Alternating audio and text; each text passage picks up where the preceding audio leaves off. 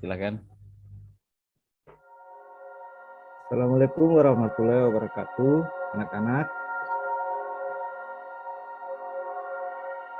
Waalaikumsalam warahmatullahi wabarakatuh, Pak. Kayaknya kurang semangat ini Kurang semua. semangat nih, Pak. Ya, jangan mentang-mentang kita di jam terakhir, semangat kita hilang. Harus semangat dong. Sekarang Siapa? Nyanyi dulu, Pak. Siapa? sekarang kan waktunya 17 Agustus. Kita tidak diperkenankan untuk tidak bersemangat. Harus bersemangat. Semangat. Jadi saya ulangi ya. Assalamualaikum warahmatullahi wabarakatuh. Waalaikumsalam. Waalaikumsalam warahmatullahi wabarakatuh. Ya, selamat siang untuk anak-anakku sekalian. Bagaimana kabar hari ini? Sehat, Apakah Pak. baik? Ya, Baik, alhamdulillah. Jadi, anak-anakku sekalian, sebelum kita mulai pelajaran, sebagai umat yang beragama, baiknya kita berdoa dulu. Jadi mungkin Pak Asep bisa memimpin doa. Silakan Asep, jangan sampai teman kalian tidak bisa membaca tulisan kalian. Oke, mungkin sudah bisa kita kemukakan hasil diskusinya. Jadi mungkin dari kelompok 1, dari kelompok Arca, bisa diwakili siapa? Jadi tidak mesti kita kelompok ya yang bacakan.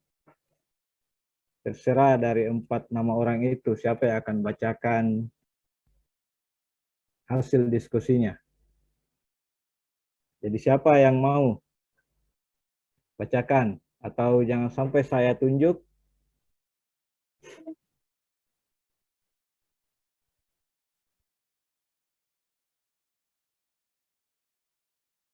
Bagaimana? Ada yang mau bacakan atau saya tunjuk langsung?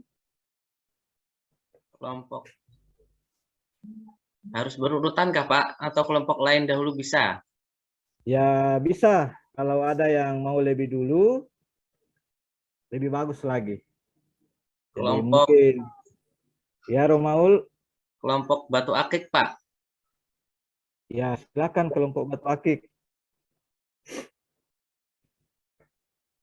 Tunggu, Romaul ini tidak, oh ya, silakan Romaul, saya tidak lihat namanya tadi. Bacakan hasil diskusinya.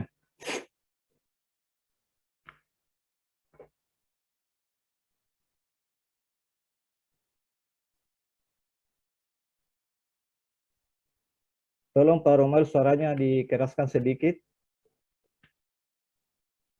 Belum hidup, Pak. Ya. Oke.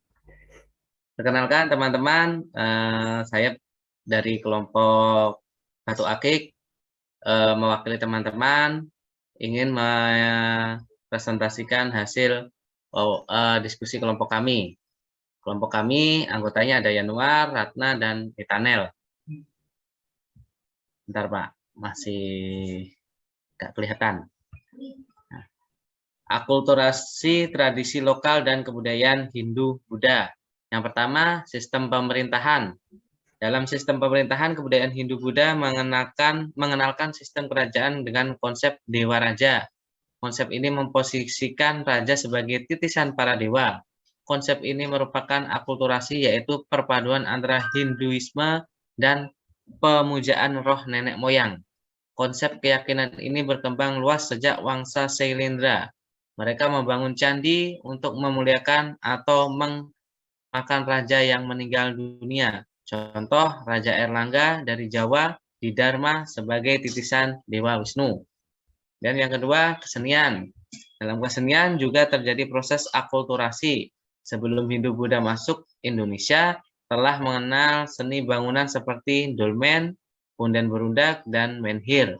Setelah proses akulturasi, makam dikenal bangunan seperti candi dan juga tempat abu jenazah seperti peripih. Yang ketiga, bangunan tata kota. Pada masa sebelum Hindu-Buddha, masyarakat Indonesia belum mengenal bangunan dan tata kota yang kompleks, tertata dan bernilai seni tinggi. Sejak Hindu-Buddha kita mengenal sistem bangunan seperti keraton, yaitu tempat tinggal raja. Sudah Pak, Itu hasil diskusi kelompok kami. Ya oke, terima kasih Om Maul. Jadi mungkin ada yang lain? Ada tanggapan untuk penjelasan dari kelompok Batu Akik? Ada yang mau ditanyakan? Silakan.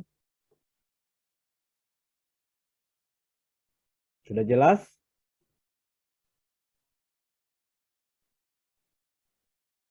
Cukup jelas, Pak.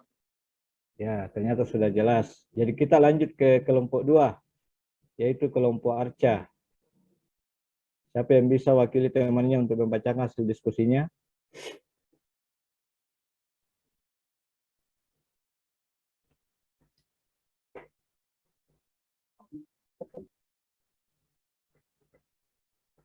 Jadi di situ kelompoknya Kalpataru dulu, Pak. ya Kalpataru ya bisa. Ya, Pak. Nah, kita berikan kesempatan kepada kelompok Kalpataru. Jadi Oke, diwakili baik oleh teman-teman. Mewakili kelompok kami dengan anggota Maria, Yurika, dan Salu akan mempresentasikan hasil diskusi kami, yaitu tentang akulturasi tradisi lokal dan kebudayaan Hindu-Buddha. Yang pertama tentang seni rupa, yaitu pada masa sebelum Hindu-Buddha, masyarakat kita terbiasa melukis di gua-gua, entah gambar hewan, manusia, atau jari tangan. Pada masa Hindu-Buddha, kita diperkenalkan dengan relief, yaitu seni pahat berupa ukiran yang dibuat di dinding candi, kuil, monumen, atau tempat bersejarah. Misalnya di Candi Prambanan, dipahat kisah Ramayana, seni patung atau arca seperti totem, Kalamakara, dan Kalpataru. Lalu yang kedua yaitu tentang sistem kalender. Sistem penanggalan atau kalender Hindu-Buddha berpengaruh terhadap kebudayaan Indonesia, yaitu digunakan kalender dari India bernama kalender Saka. Demikian presentasi kami, Kak. Pak, saya kembalikan, Pak. Terima kasih. Ya, terima kasih untuk Pak Salu. Jadi berikan tepuk tangan dulu untuk kelompok Kalpataru. Ya, Pak. Sakit tadi. Jadi mungkin setelah pemaparan teman kalian, adakah penjelasan dari Salu tentang materi yang telah diskusikan yang kurang jelas atau mau ditanyakan? Atau sudah cukup jelas? Cukup jelas, Pak. Jelas, Pak. Ya, karena sudah jelas, jadi kita lanjut ke kelompok terakhir, kelompok Arca. Jadi anggotanya ini Pak Yanuar, Ratna, Nitanel, dan mungkin ada yang bisa wakili?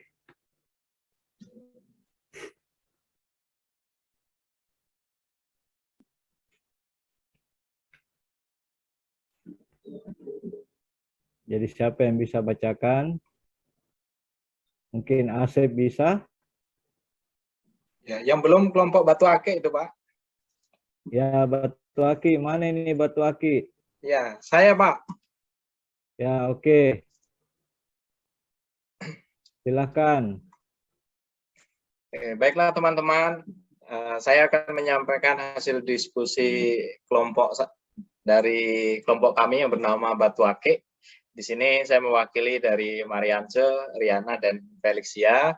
Untuk materinya aksara dan bahasa sistem kepercayaan dan kesusastraan. Kemudian hasil diskusi kami yaitu akulturasi tradisi lokal dan kebudayaan Hindu-Buddha. Yang pertama ada aksara dan bahasa. Ini dikenalnya aksara oleh penduduk Nusantara merupakan hasil proses asimilasi. Sebelum pengaruh Hindu-Buddha masuk, bangsa Indonesia belum mengenal aksara dan tulisan. Bangsa India yang masuk ke Indonesia membawa budaya tulis dengan huruf Pallawa dan bahasa Sanskerta. Bahasa ini mempengaruhi bahasa Kawi, yaitu bahasa Jawa kuno. Kemudian yang kedua, sistem kepercayaan. Sejak zaman prasejarah, bangsa Indonesia telah memiliki kepercayaan berupa pemujaan terhadap roh nenek moyang yang disebut animisme dan juga kepercayaan terhadap adanya kekuatan pada benda-benda tertentu yang disebut dengan dinamisme. Kemudian animisme ini adalah kepercayaan bahwa setiap benda mempunyai roh, sedangkan dinamisme kepercayaan terhadap benda yang besar mempunyai kekuatan gaib, contohnya seperti pohon, batu, dan gunung. Kemudian yang ketiga, kesusastraan, yaitu naskah kuno ditulis sejak zaman kerajaan Mataram kuno, kemudian pada zaman kerajaan Kediri dan berakhir zaman Majapahit. Beberapa karya sastra tersebut meliputi, yaitu pada masa Mataram kuno, yaitu kitab Mahabharata yang dibuat oleh Empu Wiyasa.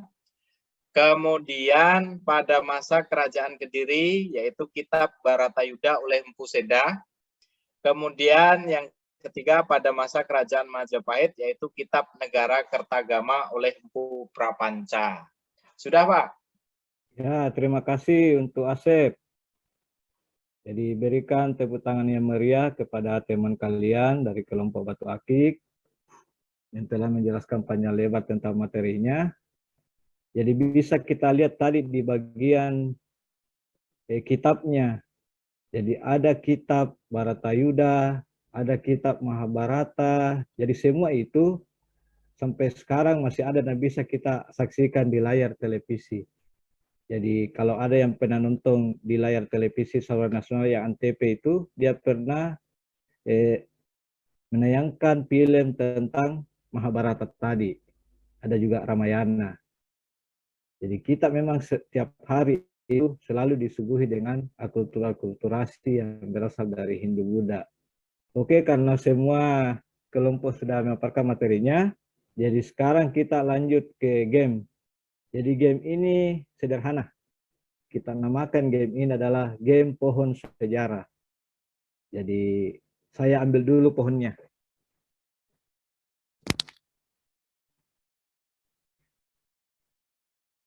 Ini ada pohon di sini. Jadi ini pohonnya ya. Ini pohon sejarah. Jadi pohon ini berisi tentang ilmu. Jadi kita namakan ini pohon ilmu. Jadi pohon ini di sini banyak pertanyaan. Jadi ada pertanyaan dari saya ini.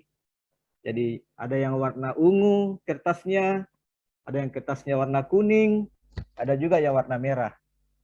Jadi ini semua adalah pertanyaan-pertanyaan sekitar tentang materi yang dipelajari. Jadi kita berikan gelar ini pohon sebagai pohon ilmu. Jadi tadi kan sudah buat pertanyaan. Nah, silakan masing-masing dari kalian tempelkan ilmu kalian di pohon ini. Ya, maju, cepat-cepat. Romaul, silakan maju, jangan santai-santai lagi di belakang. Siap, Pak, siap. Ya, cepat tempelkan anunya, pertanyaannya di pohon. Ini pohon butuh asupan air, ini asupan ilmu. Jadi harus cepat di... Ya baiklah, karena pohon ilmu telah diberikan ilmu, jadi ini sudah ditumbuh. Dan ingat, akulturasi itu selalu ada dalam setiap segi kehidupan kita. Jadi akulturasi itu sadar atau tidak sadar telah kita lakukan di rumah. Jadi contoh kalau kalian yang beragama Islam, mungkin dalam hal mengungkapkan rasa syukur kepada Tuhan, membakar seperti yang tadi saya jelaskan, membakar dupa untuk mengharumkan ruangan. Ada juga yang sampai sekarang orang tua kalian yang masih pakai batu akik yang dijadikan cincin, itu juga adalah bentuk akulturasi. Jadi ada juga yang di Jawa itu masih pakai sistem kalender, dia juga kalendernya itu masih ada pengaruh dari India. Jadi secara tidak langsung akulturasi itu ada dalam kehidupan kita. Dan bentuk-bentuk akulturasi itu juga bisa kita lihat sampai sekarang. Jadi contoh Candi Borobudur, Candi Prambanan, itu adalah bentuk akulturasi dari tradisi lokal dan tradisi Hindu-Buddha. Itu masih ada sampai sekarang. Orang berbondong-bondong ke sana untuk menyaksikan langsung. Dan kebetulan Pak Guru belum pernah ke sana. Jadi mungkin di lain waktu kita diberikan kesempatan untuk jalan-jalan ke Jawa dan melihat, oh ternyata Candi Borobudur seperti ini. Jadi kita tidak membayangkan saja, bilang oh begini Candi Borobudur, ternyata kita bisa lihat langsung. Jadi oke teman-teman, sebelum kita menutup pelajaran, mungkin baiknya kita berdoa dahulu.